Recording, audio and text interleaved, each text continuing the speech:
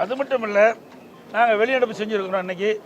இன்னைக்கு அனைத்து இந்திய அண்ணா திராவிட முன்னேற்ற கழக ஆட்சியில் சட்ட ஒழுங்கு பேணி காக்கப்பட்டது, சட்டத்தின் ஆட்சி நடைபெற்றது. கடந்த 4.5 ஆண்டு திராவிட முன்னேற்ற கழக ஆட்சியில் சட்ட ஒழுங்கு அடியோடு சீர்கெட்டு விட்டது. இன்றைக்கு எங்கே பார்த்தாலும் கொலை, கொள்ளை, திருட்டு, வழிப்பறிவு, பாலியல் கொடுமை நடக்காத நாளே இல்லை. அன்றாட செய்தி இந்த செய்தி தான் வெளியிட்டு இருக்குது. எல்லா தொலைக்காட்சியிலையும் பத்திரிகையிலையும் பார்த்தீங்கன்னா இந்த கொலை நிலவரத்தை பற்றி தான் இன்றைக்கு தெரிவிக்கப்பட்டிருக்கிறது. அந்த அளவுக்கு ஒரு மோசமான சூழ்நிலை தமிழகத்தில் ஏற்பட்டுகிறது. இன்றைக்கு தமிழ்நாடு போதைப்பொருள் நிறைந்த மாநிலமாக உருவாகிவிட்டது. இந்த போதைப் பொருளை தடுக்க வேண்டும் என்று பலமுறை இந்த அரசை வலியுறுத்தியும் இந்த அரசு செவிசாய்க்காமல் இதற்கு உரிய நடவடிக்கை எடுக்காத காரணத்தினால இன்றைய தினம் தமிழகத்தில் மாணவர்கள், இளைஞர்கள், பொதுமக்கள் போதைக்கு அடிமையாகி கடும் குற்றச்செயலில் ஈடுபட்ட சூழ்நிலை ஏற்பட்டிருக்குது. இப்படிப்பட்ட மோசமான ஆட்சி அகற்றப்பட வேண்டும். இந்த ஆட்சி ஸ்டாலின் தலைமையில் இருக்கிற ஆட்சி ராஜினாமா செய்ய வேண்டும் என்று வலியுறுத்தி நாங்கள் வெளியெடுப்பு செஞ்சிருக்கோம்.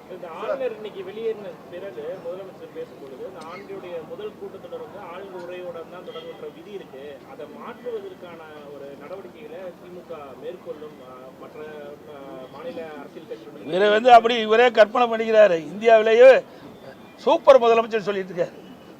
இவர் எதுவுமே இது வரைக்கும் நடந்தது கிடையாது.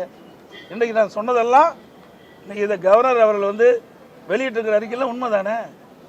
இன்றைக்கு மேதகு ஆளுநர் உரைய அவரே சொல்கிறாரு, சட்டப்பேரவை தலைவர் சொல்கிறார், அமைச்சரவை தயாரிக்கப்பட்ட அந்த உரையை தான் ஆளுநர் வாசிக்கிறாங்க.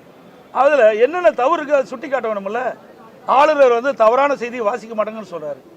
அவருடைய நியாயம் அதுதான். ஒரு மேதகு ஆளுநர் அவர்கள் தமிழகத்தில் நிலவுகின்ற நிலைமையை உண்மைத்தன்மை இருந்தால் தான் அது பேச முடியும். தவறு இருக்கின்ற பொழுது சுட்டி காட்டுகிறார். இந்த அரசு அதை ஏற்றுக்கொள்ள மறுக்குது. அதனால தான் இப்படிப்பட்ட வெளிப்படை. அது மட்டும் இல்லை, ஆளுநரை பற்றி என்ன செய்தி சொல்ல வேணுமோ அதையே முன்கூட்டி தயாரித்து முதலமைச்சர் அந்த சட்டமன்றத்தில் இன்றைக்கு தீர்மானமாக கொண்டாடுறார்.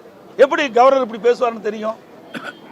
ஆக திட்டமிட்டு இந்த அரசாங்கம் கவர்னர் மீது ஒரு தவறான எண்ணத்தை உருவாக்க வேண்டும் என்ற அடிப்படையில் தான் இன்றைக்கு முதலமைச்சர் அவர்கள் ஒரு அறிக்கையை தயார் பண்ணி தீர்மானமாக கொண்டு சட்டமன்றத்தில் வாசிச்சிருக்கார். இன்னொன்று, மேதகு ஆளுநர் உரையில் வேறு எந்த கருத்து சொல்ல முடியாது. அதுக்கு யாருக்கும் அது இது கிடையாது. பாரம்பரியமாக நீங்கள் பார்க்கின்ற பொழுது மரபு அப்படித்தான். மேதகு ஆளுநர் உரையில் ஆளுநர் உரை மட்டும்தான் இடம்பெற வேணும். ஆனால் முதலமைச்சர் தன்னுடைய கருத்துக்கள் இதில் பதிவு செய்கிறார். இது எந்த விதத்தில் நியாயம்? மரபை மீறி செய்யலாம்.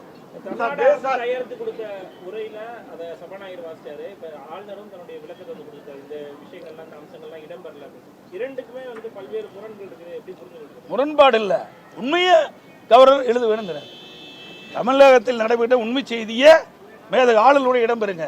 நான் படிக்கின்ற பொழுது நீங்கள் செய்த தவறை சரி என்று நான் படிக்க மாட்டேன், வாசிக்க மாட்டேங்கிறார். இதுதான் பிரச்சனை. நடைபெறுகின்ற சம்பவங்கள் எவ்வளவு நான் சொன்னேன்.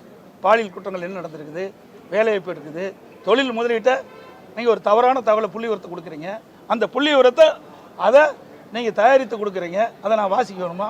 இதை திருத்தி கொடுன்னு தான் சொல்கிறேன், வாசிக்கலன்னு சொல்லலை. தமிழகத்தில் இருக்கின்ற உண்மை நிலையை நீங்கள் அமைச்சரவையில் அதை வச்சு ஒத்தவடையில் கொடுங்க, நான் அதை வாசிக்கிறேன். இதுதான் சார்.